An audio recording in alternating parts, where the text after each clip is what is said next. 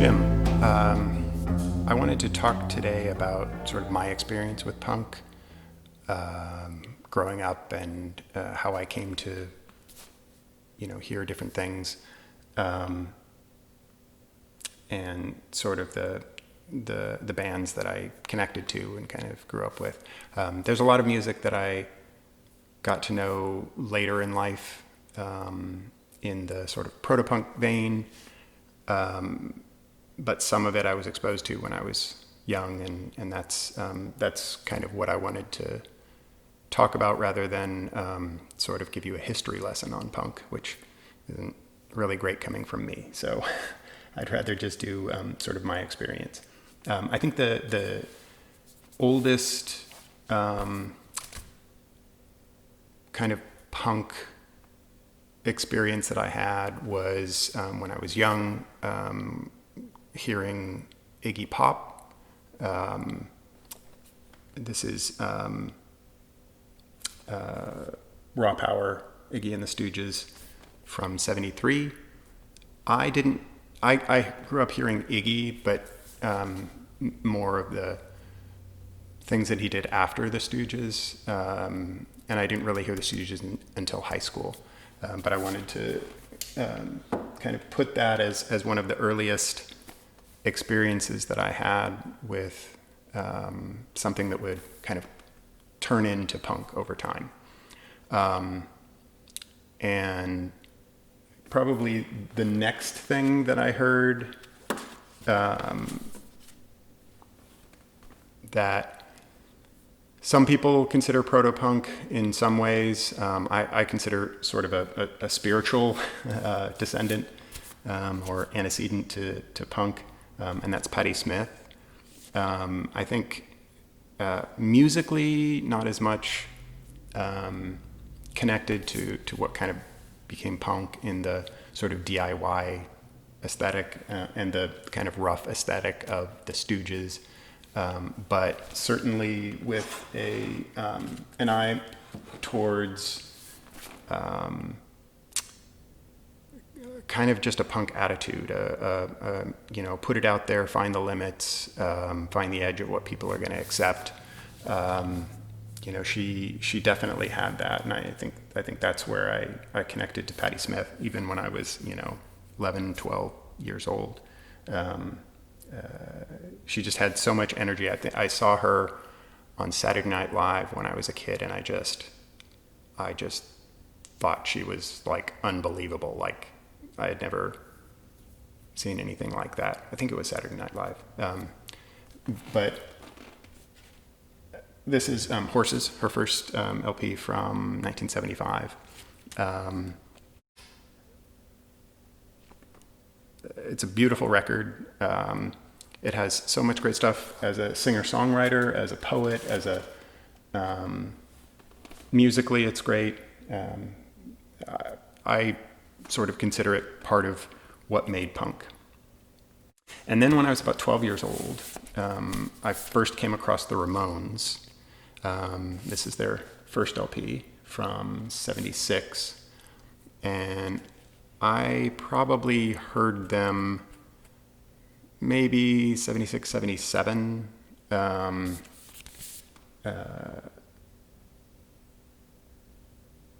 I think it was on some late night TV show where I first heard them. That's how I heard about them.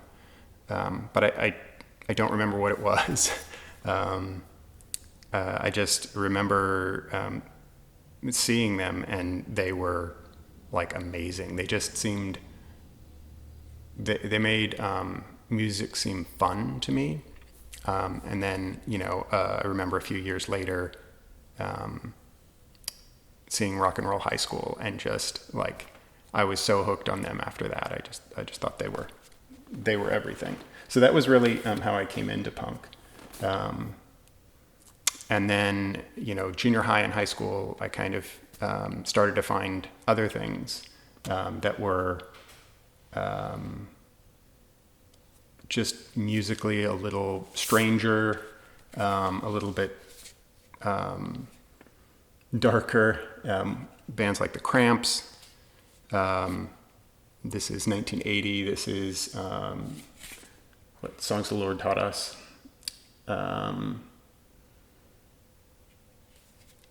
This was like taking the kind of rock and roll from the 50s and turning it into something like strange and dark, which as a kid, that era was already kind of strange and dark to me.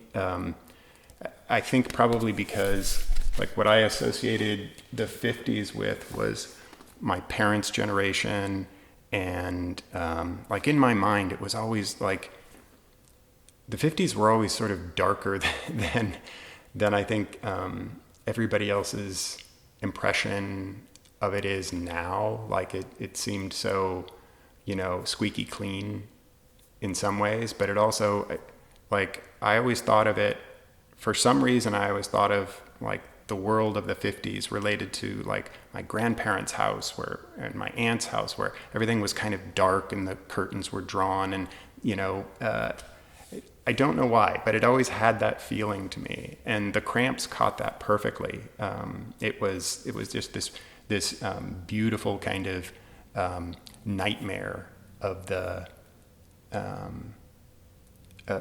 sort of energy and kind of raw approach to music from that era. They definitely came out of that, kind of fully formed and made their own sound.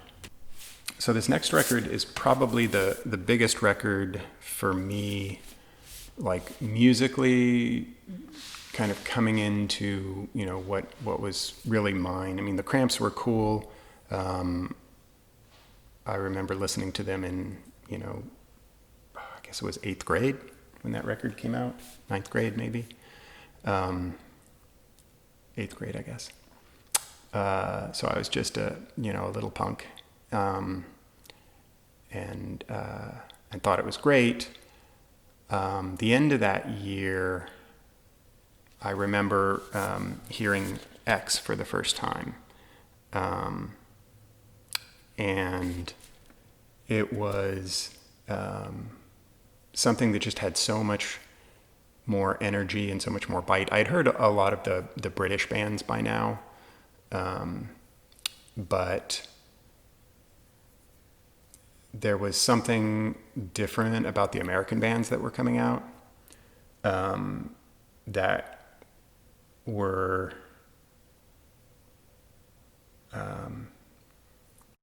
I don't know, a little bit more sort of angry and raw, and I'm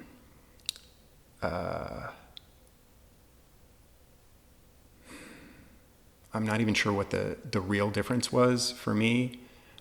For something about them, the sort of the feeling that I got from the music was just a little bit closer to home, I guess physically and everything else. This is X's first album, Los Angeles, from 1980.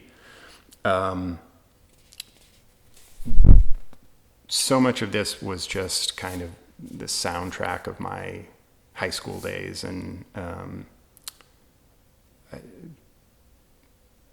it just let me kind of grow up feeling like everything that I was feeling was okay.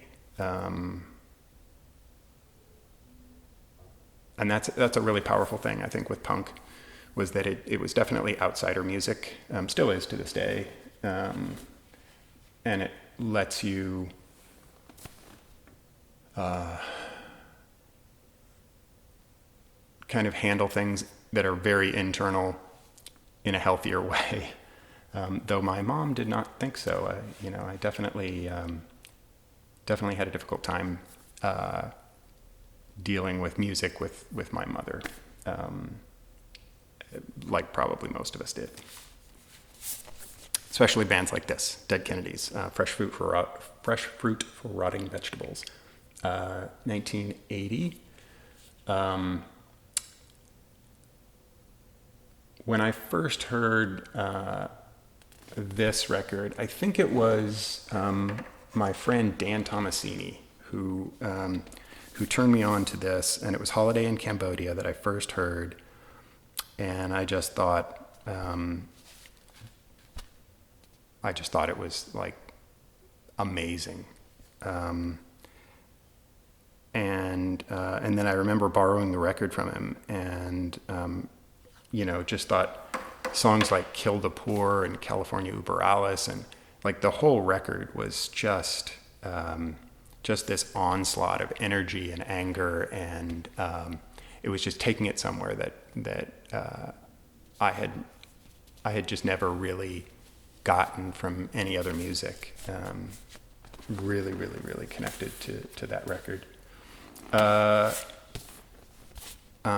Germs, I actually didn't hear the Germs early on. This is What We Do Is Secret, originally from, I think, 1982 is when this came out. And this is, it was 82 or 83. So I didn't hear them when Darby Crash was still alive, and when they were still playing. I wasn't in the LA scene. I was still young and living in Northern California. So I didn't know about them until this record came out, and I loved this record. And it was really, it's really tragic that the band was done before the record came out. But that happened with, quite a few bands. I remember the Avengers were the same way. I was listening to them right around this period. I had the first, I think it was an EP that they put out. And then the record, the Pink record, didn't come out till I think 82 or 83, something like that, is when that finally showed up. And it was this legendary record. I don't have a copy of it anymore. But it was this legendary record of the band who, the way I grew up thinking about them was they were the band who, intentionally only made one record, and that was it. They'd made their statement and they moved on. I don't think that's actually what happened, but that was, made for better press, I think, at the time. Circle Jerks, Group Sex. This is just, this was where things were getting so much fun with punk music. There were a lot of bands that I was listening to then that were had a pretty good sense of humor. That was the thing with a lot of hardcore, is that the music had a lot of humor in it. The scene didn't, and so I didn't really go to that many shows when I was young because things were too crazy in the early '80s, especially the smaller hardcore shows. Just we're getting overrun with white supremacist, just garbage, and they were really running the shows. They were just like this horrible influence that would show up at every show. Even bands like X, certainly the Dead Kennedys, Circle Jerks, all of these guys had to deal with these guys, and they hated them. But it made it so that you didn't even want to go to shows. And I didn't go to see that many shows until a little bit later. I did see Circle Jerks and Dead Kennedys and a lot of other bands, but I think I was 16 or so when I was able to see them, 82 or 83. And the shows were pretty crazy, but with Dead Kennedys especially, they were really aggressive about trying to keep those people out. Adolescents, this is their first LP, self-titled, 81 maybe. This is just classic early hardcore, great record. Fear, the record.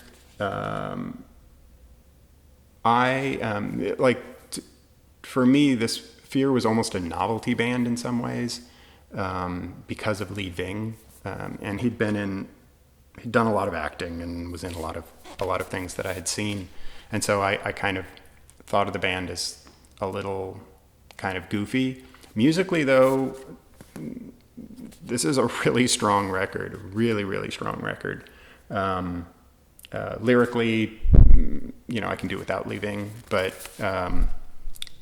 it is a really, really good record. A lot of people, I think, really connect to that on a musical level even more so than on a lyric level. The last record I want to show is actually just kind of something that I came across at a record fair that I had when I was young, and that's rap music for rap people from 1982. It's a compilation record. This record is the first place that I heard, I think, Flipper and Bad Brains.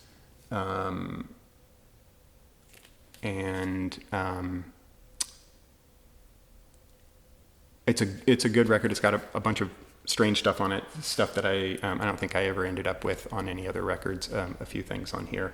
But I used to buy a lot of compilation punk records because there weren't that many punk records that would show up in the record stores around here. But every once in a while there'd be compilation records, and so that's where I got a lot of exposure to punk. And the other side of that is that these days it's incredibly hard to replace my punk records. So there's a ton from that era that I don't have. Some of it has been repressed and I can pick them up. I just haven't. But a lot of it has just not been repressed, and to buy the originals is crazy expensive, so haven't been able to do that. Anyways, that's a few punk records from me, and I'll probably do a little bit more of this, maybe the British side of this, just to kind of go through what I loved about what was going on over there. Thanks for sticking around. See you later.